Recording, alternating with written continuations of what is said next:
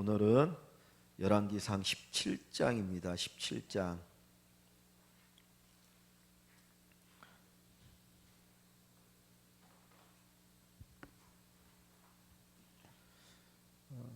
구약성경 544쪽입니다. 544쪽 열왕기상 17장. 요거 한번 읽고 갈까요? 그래도 혀가 잘 돌아가야 되니까 한번 없으신 분은 뒤에 있거든요. 보시면 그래도 그냥 지금 이스라엘의 전쟁이 일어나고 있죠. 이스라엘하고 하마스라고 하는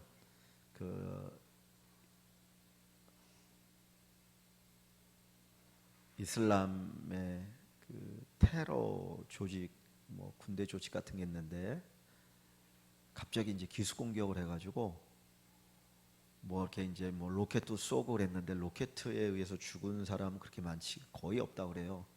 갑자기 기습 공격하고 마을들을 습격해서 그냥 이렇게 죽여서 이스라엘 사람들이 죽은 게 한 900명 정도 이제 된다고 하고 그 하마스 그쪽에 있는 사람들 다 합쳐서 한 1,500명 정도가 이제 죽었다고 그래요. 근데 이제 요르단에 헤즈볼라라고 하는 레바논인가에 거기 헤즈볼라라고 하는 또 무장 단체가 있는데 여기서도 이제 로켓을 또 쏘나 봐요.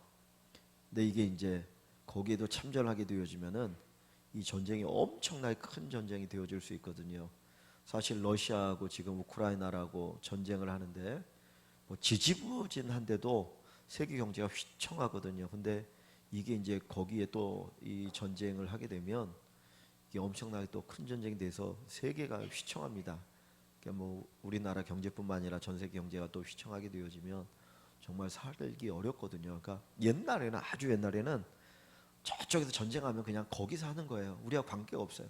근데 지금은 그게 직접 우리에게 영향이 와버리니까 그래서 거기에 있는 사람들 죽어가는 것도 전쟁하는 것도 자체도 고통이고 괴로움인데 또 전 세계가 그 영향 가운데 들어갈 수 있어서 참 이제 기도해야 할 줄 압니다.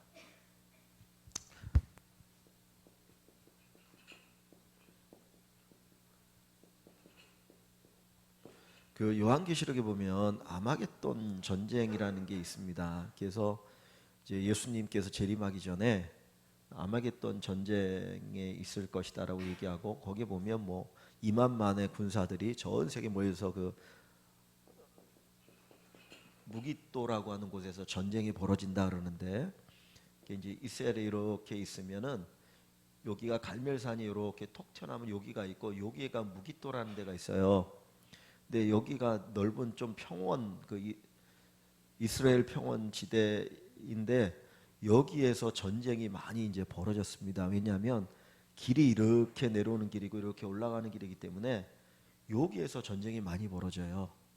그래서 이제 솔로몬도 여기에다가 국고성을 짓고 말들을 키우기도 하고 그러는데 여기에 전쟁이 많이 있었는데 여기서 일어난 전쟁은 아마겟돈 전쟁이라고 그래요. 그래서 이제 신학을 공부할 때 보면 세대주의라는 말을 쓰는데 그냥 한번 요 세대주의란 말이 있는데 요 세대주의라는 거는 이 사람들은 진짜 성경을 문자적으로만 해석하는 이제 그런 경향의 사람들이에요. 그래서 이 세대주의에서 잘못 나온 것 가운데 하나가 이제 시한부 종말론이라는 게 있는데 어떤 시간을 딱 정해놓고 그때 예수님이 온다. 성경에는 예수님이 모른다고 그랬잖아요. 아버지만 아시지 나도 모른다라고 얘기했는데 어느 때 온다라고 해가지고 옛날에 이장님이라는 사람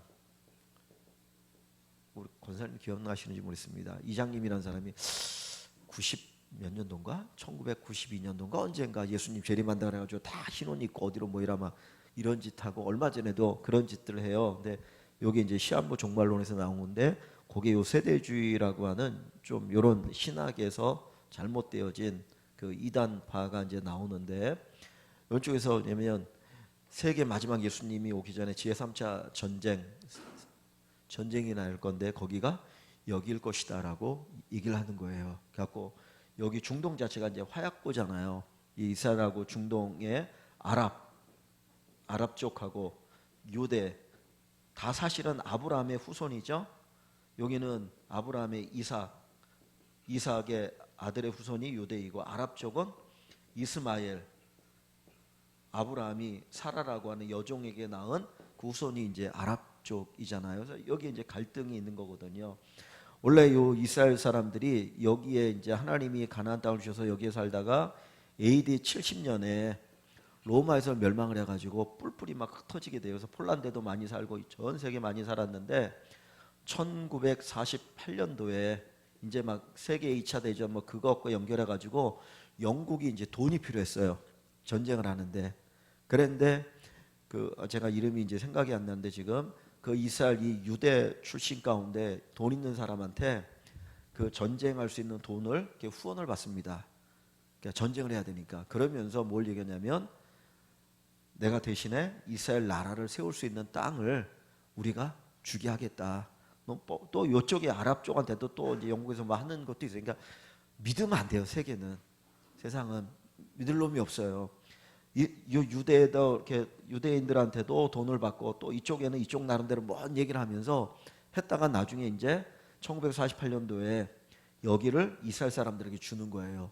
근데 이 아랍 사람들은 자기네들한테는 뭐 어떻게 준다고 그래놓고서는 이렇게 해버리니까 그때부터 계속 갈등이 있는 거거든요. 그러니까 AD 70년에 하고 1900년 가까이 이 땅에 아랍 사람들이 살았는데 어느 날 갑자기 여기에다가 이스라엘 나라를 딱 세워놓으니까 이제 계속해서 여기 우리 땅인데 무슨 소리 하느냐 그러고 이스라엘 사람들이 여기 살면서 여기 살던 이 아랍 족속들은 너희는 요 가자 지구에 살아라, 요 요단강 서안에 여기만 살아라, 그리고 여기다 이렇게 펜스를 쳐놨어요. 그리고 여기에 치안도 누가 관리하냐면 이스라엘에서 다 치안을 관리합니다. 이 아랍 사람들은 총도 못 갖고 다녀요. 이제 그렇게 이제 하게 하니까 계속해서 이거 우리 땅인데 우리가 1800년 동안 살았던 땅인데 무슨 소리 하는 거냐, 이 사람 내놔라 그러는 거. 아니다, 이거는 원래 하나님이 우리에게 주신 땅이니까 여기 우리가 사는 게 당연하다. 그래서 지금 계속 이렇게 이제 벌어지고 있는 거거든요. 근데 사실 유대인은 여기 몇 명 안 되지 않습니까? 이스라엘 사람들의 인구가. 근데 아랍은 여기 전체니까 이슬람, 특히 이슬람. 그러니까 계속해서 여기에 있는 사람들이 뭐 이렇게 팔레스타인이나 뭐 헤즈볼라, 뭐 하마스 뭐 이런 게 자꾸 이제 테러를 일으키면서 하는 거거든요. 그러니까 그 위기가 많이 있는데 지금 이제 요 하마스라고 하는 그 무장 단체가 이제 해가지고 지금 이스라엘 사람들 유대인이 900명이 죽고 뭐 이 하마스의 사람들 합쳐가지고 1,500 정도가 죽었다라고 얘기하고 부상자는 엄청나다라고 얘기하거든요. 그래서 하여튼 위에서 기도해야 됩니다. 근데 이제 전쟁이라는 건 뭐 어디에서 일어날지 모르죠. 뭐 모르겠어요. 하나님 오실 때, 주님이 재림하실 때가 세상 자체가 하도 어지러워서.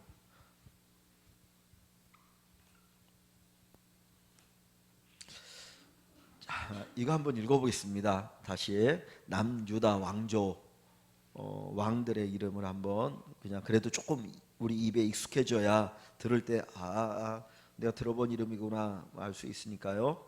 1번부터 마지막 20번째 왕까지 한번 같이 읽어봅니다. 르호보암, 아비암, 아사, 여호사밧, 여호람, 아하시야, 아달랴, 요아스, 아마샤, 우시야, 요담, 아하스, 히스기야, 므낫세, 요시야, 여호아몬, 요시야 죄송합니다. 여호아스, 여호야김, 여호야긴, 시드기야. 다시 한번 읽어볼게요. 르호보암, 아비암, 아사, 여호사밧, 여호람, 아하시야, 아달랴, 요아스, 아마샤, 우시야, 요담, 아하스, 히스기야, 므낫세, 아몬, 요시야, 여호아스, 여호야김, 여호야긴, 시드기야. 예, 여기에서 이제 정말 이렇게 좋은 믿음, 그래도 좋은 믿음으로 사는 왕들을 몇 사람 꼽으라고 하면 첫째가 3번의 아사 왕입니다. 아사 왕도 자기 어머니가 우리가 살펴본 것처럼 우상 숭배하니까 그 왕비 이렇게 대비해서 이렇게 폐위시켜 버리죠, 아예. 그다음 여호사밧이라는 왕, 여호사밧. 그리고 8번에 가면 요아스. 요아스도 괜찮아 보이는데 나중에 가면 이제 조금 말년에 조금 이상해집니다. 그 다음에 13번에 히스기야. 성전을 또 뭐 이렇게 수리하고 하는 일도 하고 그러죠. 그다음에 유월절도 다시 지키게 하고 히스기야 왕, 그다음에 요시야 16번의 요시야 왕. 그래서 이런 왕들이 좀 선한 왕이고 므낫세 아주 악한 왕입니다. 히스기야 아버지 아하스 아주 악한 왕입니다. 그 다음에 이제 북이스라엘 왕의 이름 한번 같이 읽어볼게요. 북이스라엘 왕 여로보암, 나답, 바사, 엘라, 시므리, 오므리, 아합, 아하시야, 여호람, 예후, 여호아하스, 요아스, 여로보암, 이세, 스가랴, 살롬, 무나헴, 부가이야, 베가, 호세야. 그래서 19명 다시 한번 읽어봅니다. 여로보암, 나답, 바사, 엘라, 시므리, 오므리, 아합, 아하시야, 여호람, 예후, 여호아스, 요아스, 여로보암, 이세, 스가랴, 살롬, 무나헴, 부가이야, 베가, 호세야. 그래서 이 북이스라엘의 왕들 19명, 남쪽의 왕 20명. 그래서 한번 그냥 이름들만 우리가 기억하면 좋을 것 같습니다. 자, 오늘은 열왕기상 17장에 있는 말씀을 한번 같이 살펴보려고 합니다. 자, 우리가 16장 끝부분에 보면 아합 왕에 대해서 간략하게 소개를 하고 있죠. 아합 왕이 이전의 왕들보다 더 악하였다. 그 30절 말씀에 오므리 아들 아합이 그냥 그 아합을 처음 소개할 때 딱 하는 이야기가 오므리의 아들 아합이 그의 이전의 모든 사람보다 여호와 보시기에 악을 더욱 행하여. 뭐 이 한 문장이면 어떤 사람인가 하는 걸 알 수 있잖아요. 그죠? 그러니까 진짜 이전에 어떤 왕들보다도 더 악했다. 느바세 아들 여로보암이 죄를 따라 행하는 것을 오히려 가볍게 여기고 그가 행했던 죄를 가볍게 여길 정도였으니까 얼마나 하나님 앞에 큰 죄를 행하였을까.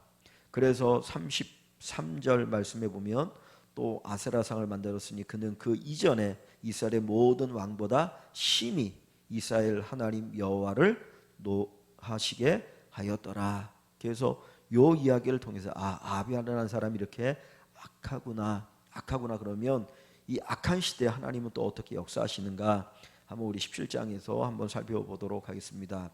그 제목을 제가 17장의 제목을 진노 중에도 임하시는 하나님의 자비 그랬습니다.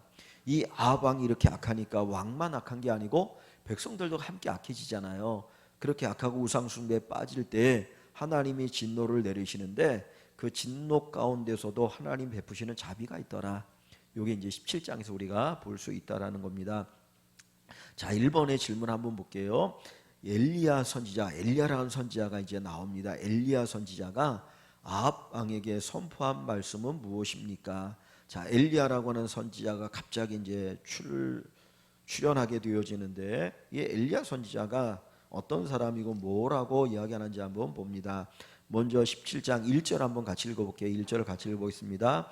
길르앗에 우고하는 자 중에 디셉 사람 엘리야가 아합에게 말하되 내가 섬기는 이스라엘의 하나님 여호와께서 살아 계심을 두고 맹세하노니 내 말이 없으면 수년 동안 비도 이슬도 있지 아니하리라 하니라. 아멘. 자, 여기 보면 이제 엘리야라는 선지자가 갑자기 나옵니다.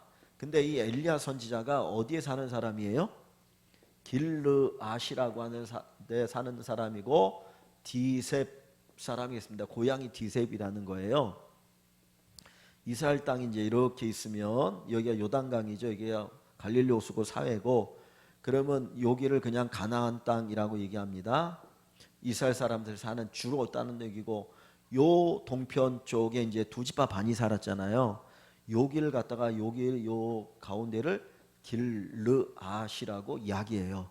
그러니까 이 지금 엘리야는 어디에 살고 있는 사람입니까? 요 요단강 동쪽에 살고 있던 사람이에요. 그러니까 여기 어디에 이 디셉이라고 하는 동네가 있는데 정확한은 모르겠습니다. 성경에 이전에 나온 적이 없어요. 그러니까 소위 말하면 총동네인 것 같아요. 그러니까 전혀 언급되지 않은 촌동네에 어느 날 갑자기 한 선지자가 나타나서 아합에게 이야기하는 겁니다. 그러니까 사실은 하나님께서 그동안 엘리야라고 하는 선지자를 하나님께서 잘 준비시키신 것이죠. 준비시키셨다가 필요할 때 아합이라고 하는 아주 악한 자가 왕이 되었을 요때에 하나님께서 엘리야를 쓰셔요. 그러니까 우리가 이걸 보면 작은 동네던 세상 사람들에게 있어서 뭐 이렇게 특별하게 인정받지 않은 동네 출신이어도 하나님 쓰시려고 하면 쓰셔요. 그러니까 이 드셉 사람, 이 엘리야를 하나님이 이제 부르셨는데 여기 보면 엘리야 선지자가 이 아합 왕에게 뭐라고 선포합니까? 아합에게 말하되 뭐라고 말해요? 내가 섬기는 내가 섬기는 그러잖아요. 이스라엘의 하나님 그러잖아요. 내가 섬기는 하나님께서 뭐라고 말씀합니까? 여호와께서 살아 계심을 두고 맹세하노니 살아 계심을 두고 맹세한다 그러죠. 맹세하노니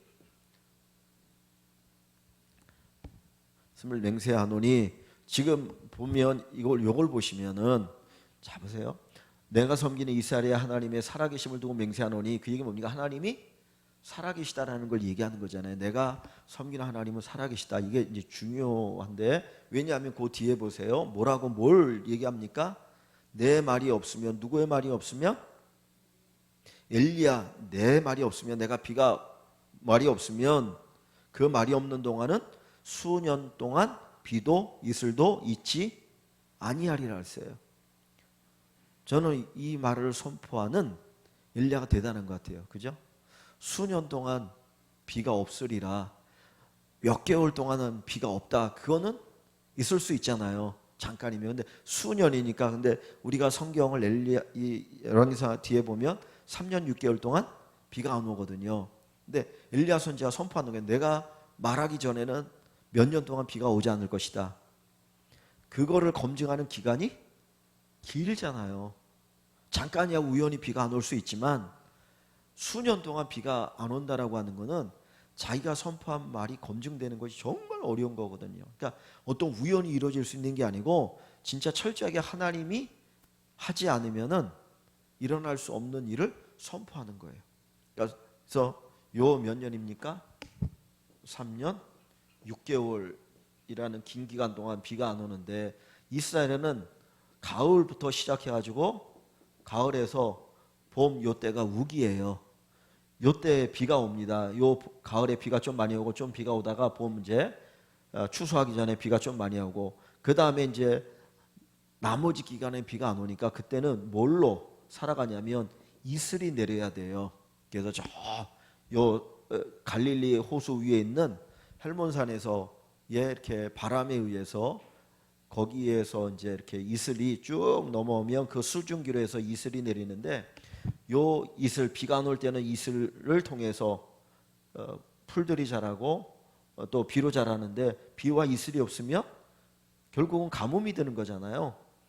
그러니까 하나님께서 너희가 우상 숭배하기 때문에 가뭄이라는 재앙을 통해서 그 우상 숭배에 대해서 지금 경고하시겠다라는 이야기입니다. 근데 이게 잠깐이 아니고 수년이라는 거는 그죠? 많이 오랫동안 고통을 당할 수 있고 그 다음에 아까 말씀드렸던 것처럼 이것이 우연히 될 수 있는 것은 아니더라 하는 걸 우리가 생각해 볼 수 있겠죠. 자, 그 다음에 2번으로 한번 가서 보시면 하나님께서 엘리야에게 지시하신 말씀 무엇입니까? 자, 뭐라고 하나님께서 엘리야에게 말씀합니까? 아방에 가서 딱 선포하고 나왔어요.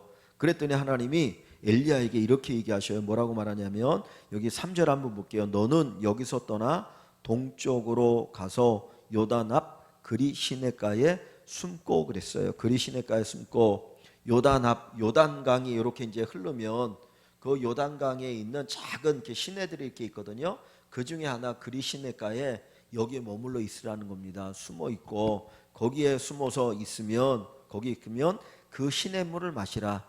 거기 요단 요 시내에서 흐르는 물을 마시라는 거예요. 비도 안 오고 이러니까 마시라. 자, 그리고 나서 뭐라고 말합니까? 내가 하나님께서 까마귀들에게 명령하여 누구에게 명령합니까? 까마귀에게 명령. 사람에게 명령하는 게 아니에요. 동물 까마귀에게 명령하는 거예요. 자, 까마귀에게 뭐라고 명령을 하게 합니까? 거기서 너를 먹이게 하시리라. 까마귀야, 너 엘리야를 위해서 먹을 것을 갖다 공급해. 이렇게 까마귀의 명령을 하겠다는 거예요. 그러니까 이 머리를 나쁜 사람을 뭐라고 무슨 대가리라고 합니까? 새 대가리라고 하잖아요. 그죠? 이 까마귀에게 명령을 해서 너를 먹이겠다. 그랬더니 이제 5절에 그가 여호와의 말씀과 같이 하여 그 말씀대로 그리시네가로 갔어요. 요단 앞에 있는 그리시네가 가서 거기서 머물렀더니 어떤 일이 일어납니까? 6절에 까마귀들이 아침에도 떡과 고기를 가져오고 저녁에도 떡과 고기를 가져왔고 그가 시냇물을 마셨으나 그랬어요. 아침과 저녁으로 까마귀가 떡을 어디서 물어오는지 떡도 가져오고 그 다음에 고기도 가져왔습니다. 하여튼 엄청난 일이 일어나는 거죠. 사실은 이게 쉽지 않은데 사실 까마귀는 썩은 고기도 먹는다고 그러잖아요. 그죠? 그런데 자기가 먹지 않고 그것을 물어다가 준다는 건 전적인 하나님의 역사죠. 근데 보세요. 7절에 무슨 일이 납니까? 그렇게 해서 이제 거기에 그리시네가에 머물러 있었는데 7절에 보니까 땅에 비가 내리지 아니하므로 얼마 후에 그 시내가 말랐더라. 얼마 되지 않아 시내가 말라보면 하나님께서 야 너 그리시네가에 머물러 있으면 내가 까마귀를 통해서 너 먹일 거야 그랬는데 얼마 가지 않아가지고 그 시냇가가 말라버리니까 더 이상 여기에 있을 수가 없는 거예요. 또 이제 움직여야 되는 거죠. 그런 일이 이제 여기 벌어지게 됩니다. 자, 그다음 3번으로 한번 가서 보시면 엘리야 선지자가 사르밧 가부에게 요청한 무엇입니까? 자, 그랬는데 하나님께서 이제 이 엘리야를 그리시네가에서 어디로 옮기십니까? 거기 물이 없으니까 하나님께서 이제 다시 엘리야를 살리기 위해서 보호해주기 위해서 옮기시는데 8절을 보세요. 여호와의 말씀이 엘리야에게 막 이르시되 자 엘리야에게 뭐라고 말씀합니까? 9절에 너는 일어나 그리시네가에서 이제 일어나 거기 물이 말랐으니까 여기 더 이상 살 수 없지. 그러니 내가 인도할 테니까 너 일어나라. 그리고는 어디로 가게 합니까? 시돈에 속한 사르밧으로 가서 지금 하나님께서 엘리야를 보내시는 곳이 어디예요? 처음에는 그리시네가고 그 다음에 어디로 보냅니까? 시돈이라고 하는 곳에 어디죠? 사르밧이라고 하는 요곳으로 보내시는 거예요. 그런데 보시면 시돈이라는 동네가 어딘가요? 자 앞에 한번 보세요. 16장에 보시면 16장 31절 16장 31절에 보면 느밧의 아들 여로보암의 죄를 이제 압에 대한 이야기죠. 행하는 것을 오히려 가볍게 여기며 또 시돈 사람의 왕 엣 바알의 딸 이세벨을 아내로 삼고 그랬어요. 누구에 대한 얘기라고요? 아합이 아합 왕의 부인이 누구입니까? 시돈의 왕의 딸이에요. 이세벨. 그리고 요 이세벨의 아버지가 왕일 뿐만 아니라 바알 제사장이에요. 시돈에. 그러면 이 시돈은 어떤 동네입니까? 여기는 이스라엘 땅이 아니거든요. 이렇게 이제 이렇게 있으면은 시돈은 여기에 있어요. 여기. 그러니까 이스라엘이 이렇게 있고 요 위에 있는 나라의 작은 도시 나라. 그런데 요 시돈의 왕 내 딸 이세벨이 아합의 아내인데 그리고 왕이면서 바알 제사장이 그러니까 요 시돈이라는 나라는 어떤 나라이겠습니까? 하나님을 섬기는 나라인가요? 아닌가요? 하나님을 안 섬기는 나라예요. 누구를 열렬하게 섬깁니까? 우상 바알을 열렬하게 섬기는 나라예요. 그런데 하나님이 엘리야를 여기로 보내시는 거예요. 내가 여기에서 너 먹여 살릴게. 성경에 보면 이상한 게 있어요. 모세가 태어날 때 그의 어머니가 3개월 동안 그 아이를 기르잖아요. 근데 그 3개월 동안 낳아서 길렀는데 이제 더 이상 울음소리가 크니까 남자아이라 어떻게 숨겨서 기를 수가 없어가지고 결국은 이제 갈상자를 만들어가지고 나일강 이렇게 떠나보내잖아요. 뭐 하나님에 맡기고 하나님이 살려주시기를 바라는 마음으로 이렇게 떠나보내는데 아마 그 당시에 많은 엄마들 그랬을 거예요. 그냥 강에다가 그냥 던져서 죽이는 부모가 어디 있겠습니까? 그건 참아 못하잖아요. 그러니까 어떻게든지 살리기 위해서 살 수 있으면 샀으면 좋겠다 그래갖고 이제 그 나일강에 이렇게 떠나보낸 일들이 많았을 건데 이 엄마도 그렇게 떠나보냈습니다. 근데 그 모세를 누가 이렇게 건지나요? 바로의 딸이 그걸 건지잖아요. 그래서 어디에서 살아요? 바로의 궁에서 살잖아요. 바로는 이스라엘 백성들을 죽이려고 하는 사람이고 가장 악한 자인데 하나님께서 거기에서 오히려 모세를 이렇게 길러주시는 거예요. 그러니까 우리가 생각하지 못한 전혀 이렇게 암울한 그런 환경에서 하나님은 오히려 보호하실 때가 있어요. 근데 지금 여기도 보면 엘리야 선자를 어디? 시돈이라고 하는 여기에 전혀 생각지 못 이스라엘 땅도 아닌데 여기 보내셔서 여기에서 하나님이 엘리야 선자를 보호하시고 먹이시겠다는 거예요. 자, 시돈이라는 곳에 사르밧. 근데 자, 여기 보세요. 엘리야를 누가 섬겨줄 거라고 얘기합니까? 다시 여기 보시면 17장 어디죠? 몇 절입니까? 9절에 보시면 자, 너는 일어나 시돈에 속한 사르밧으로 가서 거기 머물러라. 그러면 내가 거기에서 누구에게 명령하여? 과부에게 명령하여 내게 음식을 주게 하였노라. 자, 시돈에 있는 누구를 통해서 먹여 살리겠다고요? 과부. 이 당시에 과부는 가장 가난한 사람이에요. 과부는. 그래서 이스라엘에 하나님께서 명령할 때마다 뭐냐면 고아와 과부를 돌아보라 그러는 거예요. 고아와 과부를 돌아보라. 야고보서에도 고아와 과부를 돌아보는 것이 경건이라고 얘기했는데 과부는 가장 불쌍한 사람이 먹을 게 없는 사람이에요. 다른 사람들은 그래도 조금이라도 이렇게 집에다 식량을 두고 살아갈 수 있는 사람인데 과부는 가장 가난한 사람이 이때는 뭐 여자가 일할 수 있는 것도 없잖아요. 직업도 없고 그래서 고아와 과부 가장 불쌍한 사람들인데 이 과부를 통해서 하나님이 먹이시겠다라고 얘기합니다. 그러니까 너무 웃긴 거예요. 시돈이라는 도에서 내가 너 보호해줄게. 과부를 통해서 너 먹여줄게. 이게 말 자체가 안 되는 일들이에요. 그러니까 엘리야가 전혀 기대하지 못했는데 하나님은 시돈에서 과부를 통해 먹여주시겠다. 우리가 생각과 다른 일들이 있을 수 있어요. 그런데 그 속에서 하나님이 이렇게 역사하십니다. 과부를 통해서도 먹여주셔요. 그러니까 과부를 통해서 하나님 먹여주시니까 우리 걱정 안 해도 돼요. 전혀 불가능한 상황 속에서 하나님이 하시더라. 자, 그래서 갔습니다.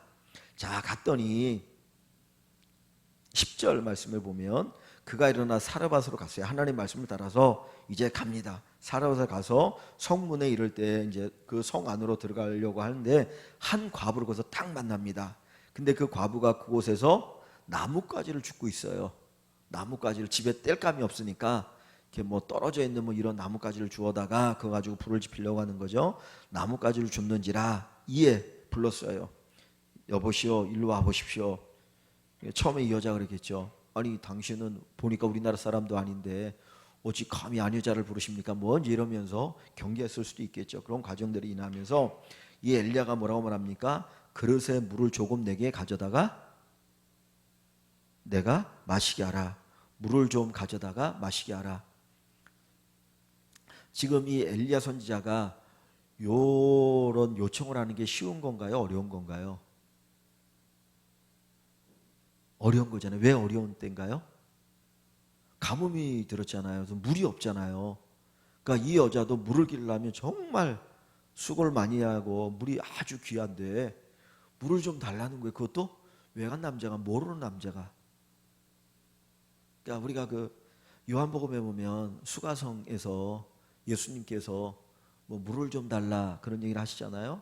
그리고 창세기 보면 그 아브라함의 사환이 이제 이삭, 아브라함의 아들 이삭의 아내감을 구하기 위해서 하란으로 가거든요. 그때 이 사환이 하나님 앞에 기도한 내용이 뭐냐면 내가 물을 달라고 할 때 우물에서 물을 떠서 자기를 마시게 하고 자기가 끌고 온 낙타들에게 물을 주는 여자면 요 여자는 하나님이 짝지어주신 줄 알겠다라고 기도하고 요청을 하거든요.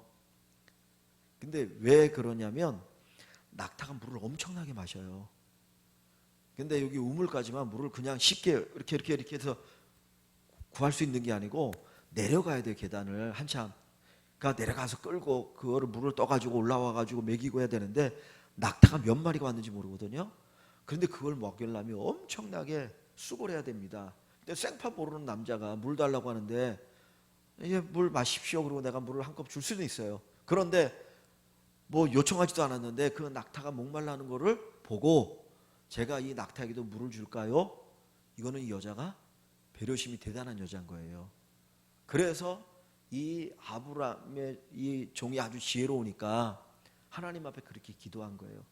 내 주인의 며느리는 이런 여자였으면 좋겠다. 하나님이 이런 여자를 만나면 이거는 당연히 하나님이 붙여주신 여자인 줄 알겠습니다. 그래서 한 거예요. 그러니까 여기도 보면 진짜 물이 없잖아요. 그런데 물을 먹이겠다고, 여기 보세요. 뭐라 어떻게 나오냐면 그릇에 물을 조금 가져다가 내게 마시게 하라. 그랬더니 그 여자가 물을 대접하려고 가지러 갈 때, 지금 자기 옆에 있는 것도 아니에요. 가서 물을 집에 가서 가져와야 되는 거예요. 그런데도 이 엘리야를 대접하기 위해서 집에 물을 가지러 갑니다. 그러니까 이 사라밧 과부는 어떤 사람입니까? 이 과부가 배려심이 있는 여자죠. 하나님께서 이런 과부를 만나게 하신 거예요. 그죠? 이런 과부를 만나게 하신. 그랬더니 엘리야 선지자가 그 여인에게 이렇게 얘기합니다. 그를 불러 이르되 청하건대 내 손에 떡 한 조각을 내게로 가져오라. 너 떡 있으면 떡 한 조각을 내게 가져와라. 물을 게 아니라, 물만 아니라 먹을 음식까지 나에게 달라고 하는 겁니다. 야, 이 뭐 누가 그러잖아요. 물에서 끄집어냈더니 보따리까지 뭐 달라고 한다고. 진짜 물도 없는데, 그 물도 얼마나 귀한 건지 모르는데 먹을 것이 이때니 가뭄이가 얼마나 귀하겠습니까? 근데 나에게 한 끼 식사를 대접해 달라고 하는 겁니다.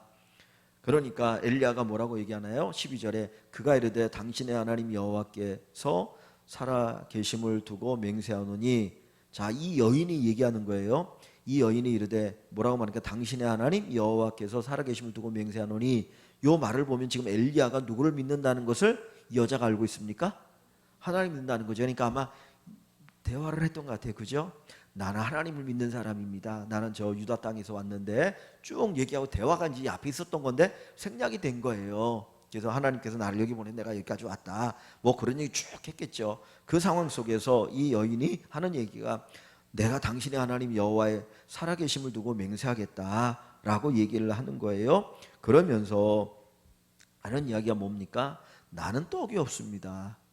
당신이 내게 떡을 달라고 하는데 내가 빵이 없습니다. 우리나라 성경이지만 이스라엘 사람들은 이제 빵을 먹으니까 그냥 빵이라고 얘기할게요. 밀가루로 만드는 거니까.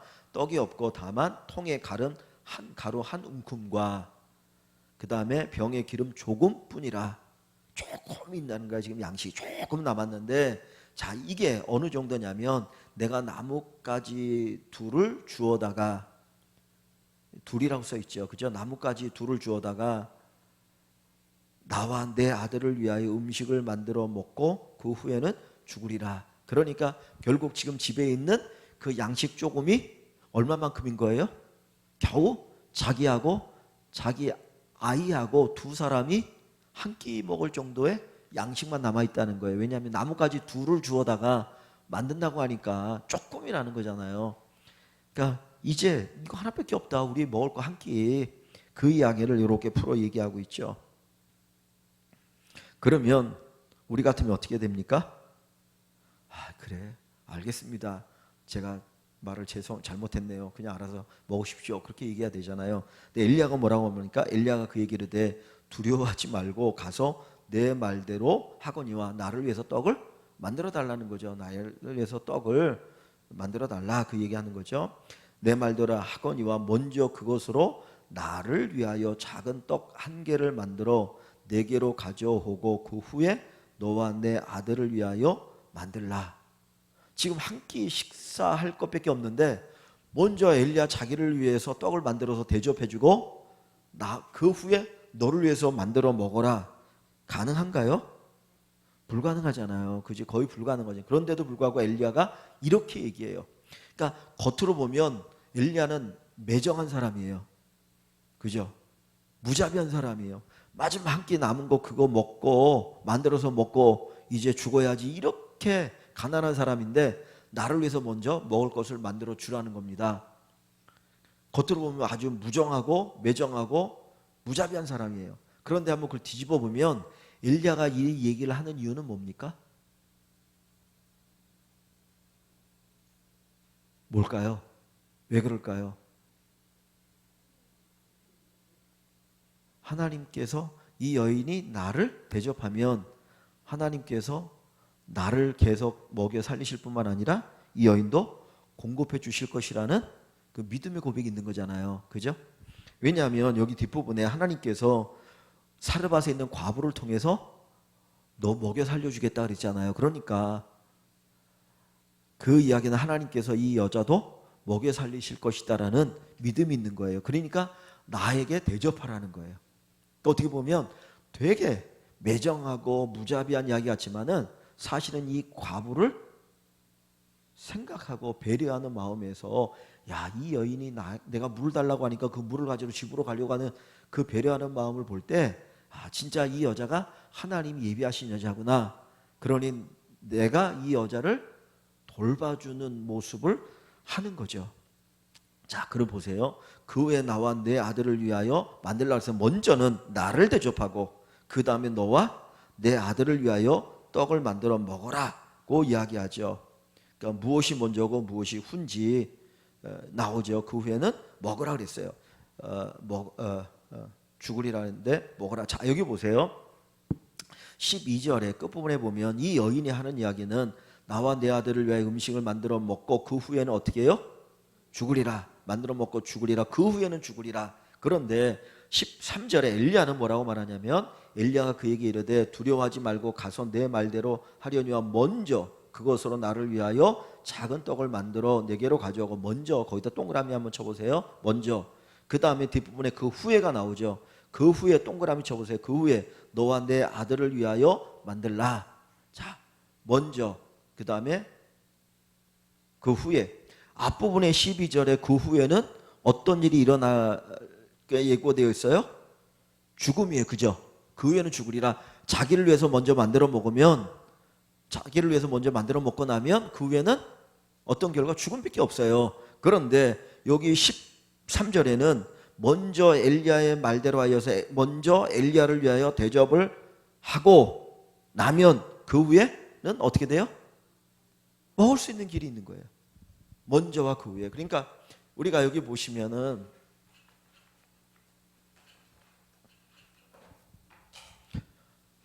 너희가 무엇을 먹고 마시고 입을 것이냐 이것 가지고 뭐 염려하지 말라 그랬죠. 그죠?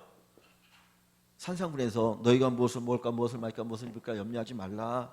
뭐 이것저것 근심 걱정하지 말고 그리고 나서 맨 뒤에 가서 뭐라고 말합니까? 먼저 하나님의 나라와 의를 구하라. 그죠? 그리하면 그 후에 그리하면이란 말이 결국 그 후에죠. 그리하면 이 모든 것을 더하시리라. 누가? 하나님이. 그 후에 하나님이 이 모든 것을 더하시리라. 똑같은 얘기인 거예요. 그죠? 지금 무엇을 먹을까 무엇을 마실까 염려하지 말라. 지금 여기 누구의 상황이에요? 사르밧의 그 과부잖아요. 그죠? 먹고 사는 문제로 고민하고 걱정하는 그 과부의 모습을 얘기하는 거잖아요. 지금 이 과부가 그잖아요. 한 끼밖에 없는 먹고 사는 문제를 근심하는데 하나님 뭐라고 합니까? 야, 그런 상황이지만 먼저 이 문제, 이 먹고 사는 문제를 해결할 수 있는 비결이 어디에 있느냐? 먼저 하나님의 나라를 구하는 거라는 거예요. 먼저.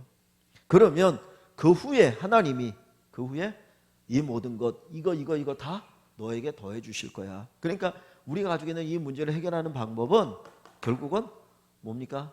먼저 하나님의 나라를 찾는 거예요. 지금 이 사르밧 과부에게 간 거. 그러니까 어떻게 보면 그거예요. 하나님의 엘리야를 먹여 살리기 위해서 야 사르밧으로 가. 내가 거기서 먹여줄게 그 얘기지만은 사실은 또 다른 면으로 보면 하나님이 누구를 지금 먹여 살리기 위해서 엘리야를 거기 보내시는 겁니까? 사르밧 과부를 살리기 위해서인 거예요. 그죠? 거꾸로 뒤집으면 엘리야 단순히 엘리야 한 사람을 먹기 위해서 거기 보낸 게 아니었던 거예요. 엘리야를 통해서 그 여인을 살리기 위해서.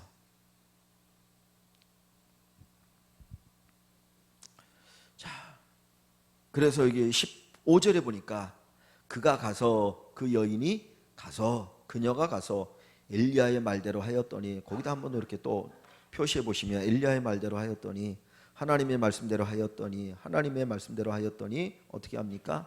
그와 엘리야와 그의 식구가 여러 날 먹었으나 한 끼밖에 없는데 여러 날 먹었어요. 여러 날 먹어요. 여러 날 먹어요. 여러 날 먹었으나 그랬어요. 여호와께서 엘리야를 통하여 하신 말씀같이, 자, 말씀대로 하였더니, 엘리야를 통하여 하신 말씀같이, 동그라미 거기도 줄 한번 치시면, 말씀대로 하였더니 말씀하신 여호와께서 엘리야를 통하여 하신 말씀같이 통의 가루가 떨어지지 아니하고 병의 기름이 없어지지 아니하니라. 하나님 말씀대로 했더니 하나님 말씀하신 그대로 하나님도 이루어 주시더라. 그죠?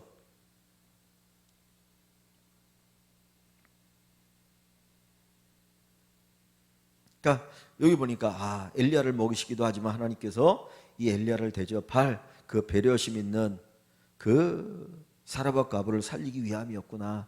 그러니까 보세요. 지금 엘리야가, 이 엘리야 선지자가 요 시돈이라는 곳에 갔을 때 아까 말씀드렸지만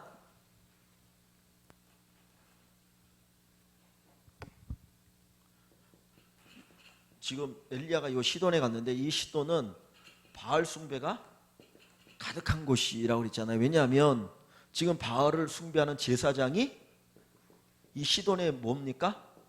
왕이잖아요. 그러니까 이 시돈의 모든 사람들은 다 누구를 섬겨야 돼요? 바알을 숭배할 수밖에 없는.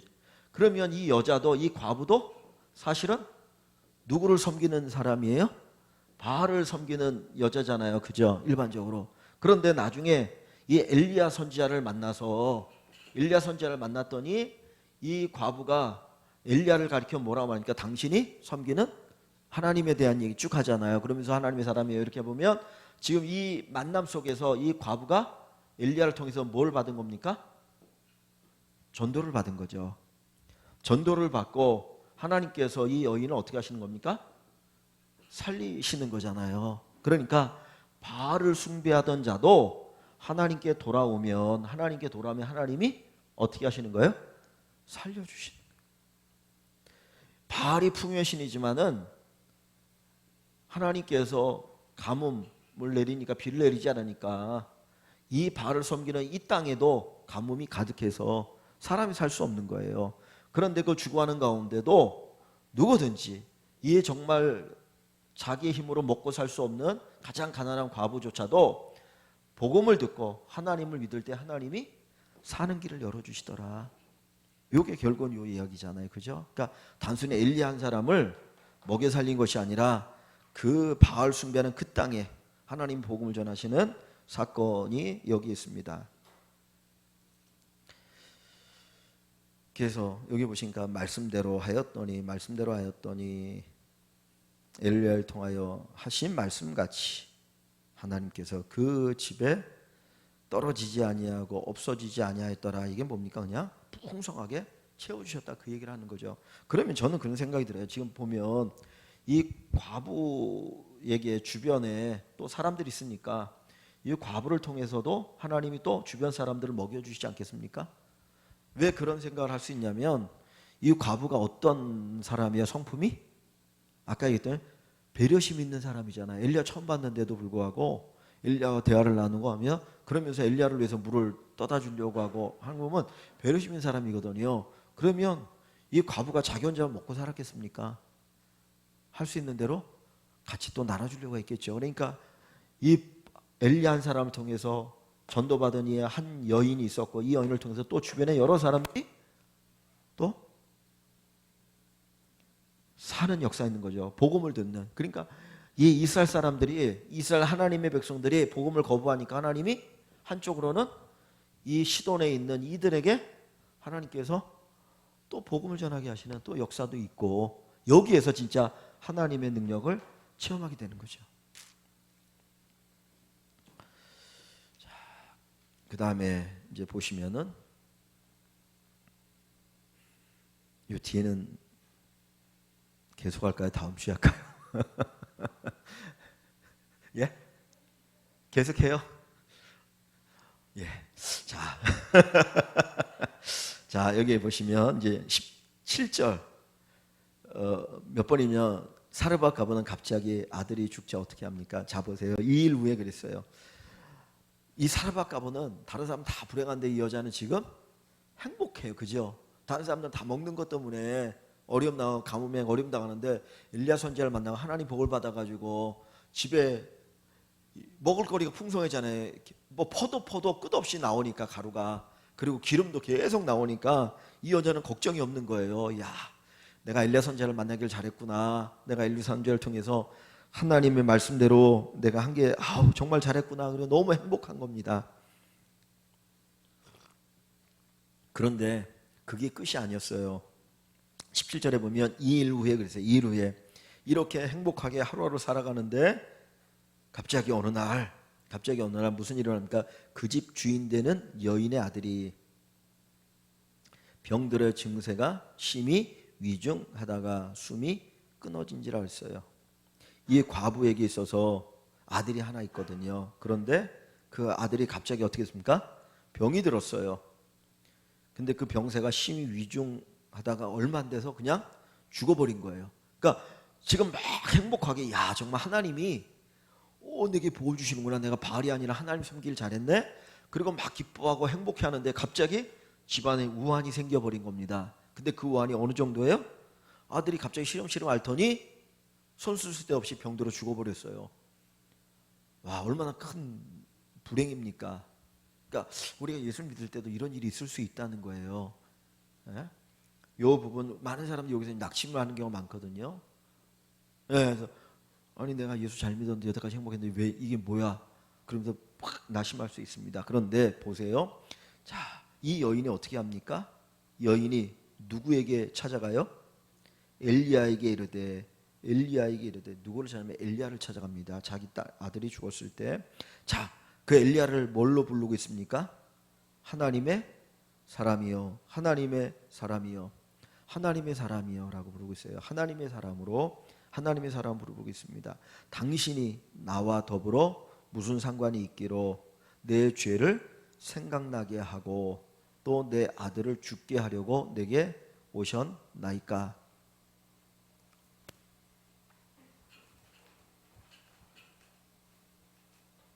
자, 보세요. 지금 요 사르밧 과부가 지금 아들이 죽었어요. 그죠? 아들이 죽고 나니까 누굴 찾아가면 엘리야를 찾아갑니다. 엘리야를 찾아가서 하는 말이 뭐예요? 하나님의 사람이라고 얘기했잖아요. 그죠? 하나님의 사람이라고 얘기해. 그러면서 뭐라고 합니까? 당신과 내가 무슨 상관이 있습니까? 어떤 관계가 있습니까? 라고 얘기를 하는 거예요. 그러면서 하는 얘기가 뭡니까? 첫째는 여기에 이 여인은 뭐라고 말합니까? 뭐를? 내 죄를 생각나게 하고, 그죠? 그 다음에 두 번째가 뭐예요? 아들을 죽게 했습니까? 라고 얘기를 하는 거예요. 자, 그러면 이 여인은 지금 이 아들의 죽음이 그냥 죽음은 아니라고 생각하고 있는 것 같아요. 그죠?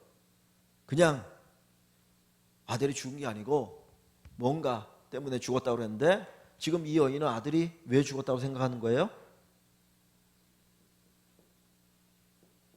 자기 안에 있는 죄 때문에 생각하는 거 아닌가요? 그죠? 지금 얘기하는 게 보면 내 죄를 생각나게 하고 당신이 나 무슨 상관인데 무슨 관계가 있다고 내 죄를 생각나게 하고 아들을 죽게 합니까? 이 얘기는 그냥 요 얘기만 있다면 이 얘기만 있다면 하나님이 그냥 죽였다라고 생각을 할 수 있는데 앞부분에 죄를 생각나게 하고 아들을 죽게 합니까? 라고 하는 거는 지금 자기의 죄의 결과로 아들이 죽었다라는 생각을 하는 거예요. 그리고 이 여인은 이 상황 속에서 뭐를 본 겁니까? 자기의 죄를 보는 거잖아요.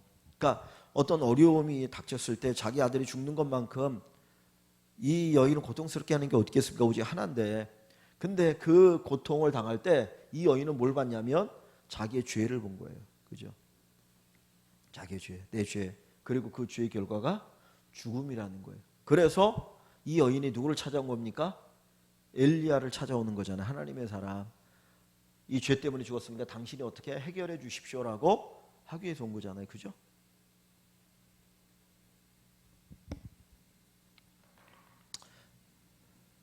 그러니까 이 엘리야가 어떻게 얘기합니까? 엘리야가 그에게 그의 아들을 달라 하여 자기의 죄 때문에 이러니까 어떤 마음을 가지고 하나님 앞에 도움을 구하느냐에 따라 하나님의 역사가 있는 것 같아요. 그죠? 그냥 이 여자는 아이의 죽음이 하나님 앞에서 자기의 죄를 생각하게 하고 그것이 이런 결과였다는 것을 가슴하며 아파하니까 엘리야에게 낳은 거죠. 자, 그랬더니 엘리야가 그에게 그의 아들을 달라 하여 자 보세요. 또 그 다음에 달라 그를 그 여인의 품에서 받아 안고 자기의 품에 안고 자기가 거처하는 다락에 올라가서 자기 침상에 누이고 그죠? 어떤 그 사랑으로 막 움직이는 행동이 보이죠. 그 다음에 20절에 여호와께 어떻게 합니까? 부르짖어. 마치 자기의 일인 것처럼 부르짖어요. 부르짖어. 뭐라고 부르짖어 기도합니까? 내 하나님 여호와여. 누구의 하나님이에요? 내 하나님 여호와여. 내 하나님 여호와여. 주께서 또 내게 내가 우고하는 집 과부에게 재앙을 내리사 그 아들이 죽게 하셨나이까?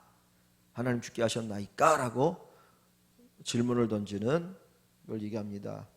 자, 그 아이 위에 몸을 3번 펴서 엎드리고 여호와께 또 부르짖어. 앞에도 부르짖었죠. 또 부르짖어 이르되 내 하나님 여호와여 원하건대 이 아이의 혼으로 그의 몸에 돌아오게 하옵소서 하니, 그러니까 죽이신 자도 하나님이요 살리시는 자도 하나님이시라는 것을 고백하는 거죠.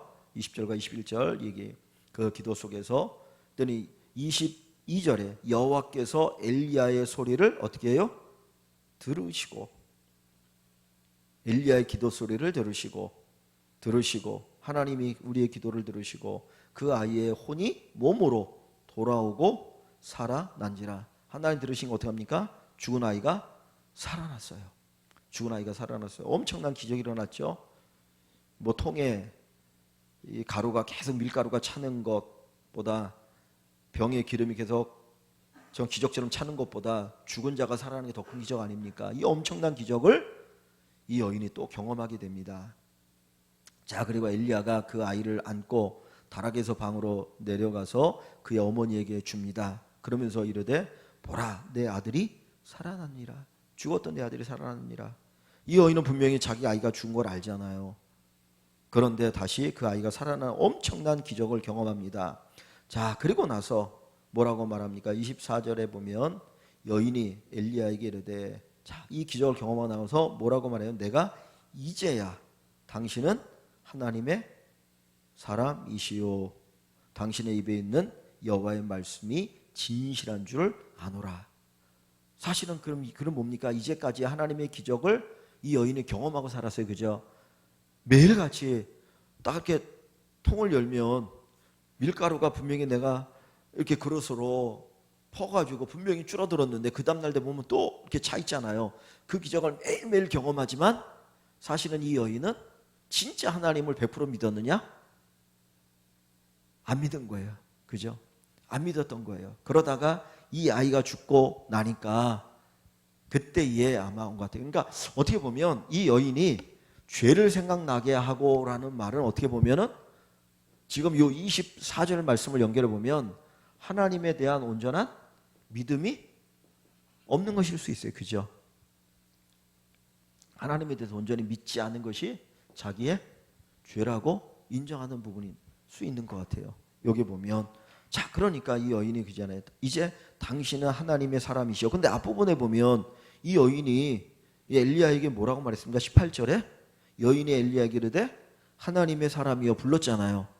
그러니까 이 앞에 부르는 하나님의 사람이여라고 부르는 것과 요 24절에서 이제야 당신은 하나님의 사람이시요라고 하는 거는 그 어떤 그 순도의 차이가 있는 것 같아요. 진짜 100%로 하나님의 사람이라고 하느냐 아니면 앞에는 그냥 형식적인 조금 그런 차이가 분명히 있는 것 같아요. 자, 그리고 나서 그 뒤에 또 뭐라고 말합니까? 당신의 입에 있는 여호와의 말씀이 진실한 줄 아노라.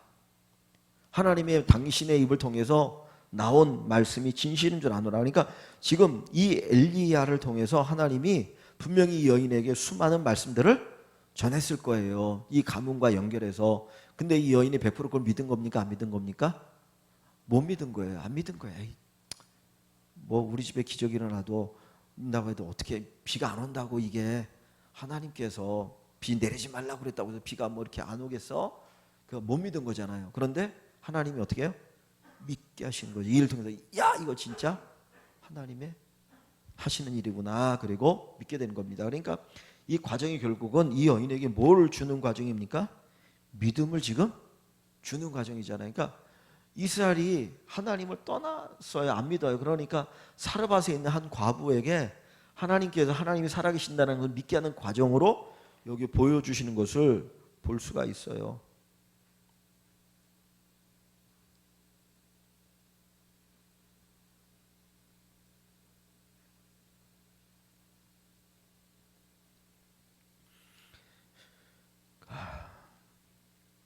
그러니까 이스라엘 백성들이 안 믿으니까 그 옆에 불신의 나라에 하나님의 엘리야를 보내시고 거기에서 역사하시면서 봐라 내가 진짜다 하는 걸 보여주시는 것이죠. 자, 마지막 질문 8번 한번 볼게요. 사렙다 과부가 엘리야 선지자를 만나 받은 복은 무엇입니까?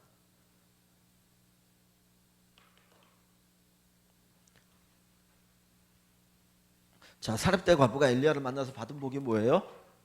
이 여인은 어떤 여자입니까? 이 과부가 아까 처음에 봤던 것처럼 먹을 게 없어서 이제 딱 한 끼 남아서 먹고 죽으려고 하는 여자잖아요. 그런데 이 과부가 엘리야를 만나서, 다시 말하면 하나님을 만나서, 하나님의 사람이니까 결국 하나님 만나서 그가 받은 복이 뭡니까? 첫 번째 복은 뭐예요? 물질의 복이죠. 그죠? 물질의 복이잖아요. 그래서 계속 떨어지지 않는 물질의 복을 받았습니다. 두 번째는 뭡니까? 이해 받고 있다가 얼마 있다가 갑자기 아이가 죽었어요. 아이가 죽고 살았잖아요. 그러니까 어떤 생명을 얻은 거죠. 아들. 요걸 얻으면서 뭘 보는 겁니까? 아, 하나님은 생명의 주인이시라는 걸 경험하게 되어지죠. 그리고 이 사건 속에서 이 여인은 먼저 뭘 봤습니까? 자기의 죄를 고백하게 되잖아요. 죄를 보잖아요. 그러니까 여기서는 단순한 물질인데 하나님은 한 걸음 더 나가서 이 여인으로 하여금 자기가 죄인이라는 죄를 보게 하고 그 하나님의 생명의 주인인 것을 경험하게 하죠. 아들이 살아나는 이 엄청난 기적 속에서 이 두 가지의 모습이 있습니다. 그리고 마지막 세 번째로 뭘 보는 겁니까? 그 뒤에 마지막 24절 말씀에 보니까 뭔 얘기합니까? 하나님이 진짜 살아계시구나. 그죠? 그래서 엘리야를 향하여 하나님의 사람이라고 해요. 하나님의 말씀이 진실이다. 이건 반드시 다 이루어지는구나 하는 걸 보는 겁니다. 그러니까 어떻게 보면 물질의 복에서 무슨 복으로 갑니까? 영적인 복으로 가는 거죠. 처음에 물질의 복을 통해서. 만약에 처음부터 이 여인에게 하나님께서 뭐 이거에 대해서 말씀하면 이 여인이 받아들일까요? 안 받아들이잖아요. 그러니까 하나님이 위대하신 분이라는 것을 물질의 문제를 해결을 통해서 이렇게 끌어가시는 분을 볼 수가 있습니다. 그래서 하나님께서 이 여인에게 이렇게 복을 주시는구나 하는 것들을 볼 수가 있죠. 그러니까 오늘 마찬가지입니다. 우리도 여기만 머물러 있으면 안 되거든요. 언제든지 떠날 수 있거든요. 진짜 살아계신 하나님, 생명의 주인이신 하나님, 그래서 그분이 하시는 말씀은 다 진실이고 반드시 이루어지는구나 하는 것, 여기까지 나갈 수 있을 때 그 믿음이 진짜 귀한 믿음이 될 수가 있습니다. 그래서 여기 17장은 진짜 그 가뭄 속에서도 하나님께서 전혀 예상하지 못한 곳에서 하나님이 역사하시더라. 진짜 못 믿을 것 같은 그 바알 숭배로 찌들어 있던 한 여인까지도 하나님께서 바꾸시고 변화시키고 복음의 사람으로 만들어 가시는 놀라운 역사가 있더라. 이 부분들을 우리가 깊이 이 말씀을 통해서 또 배울 수 있으면 좋겠습니다.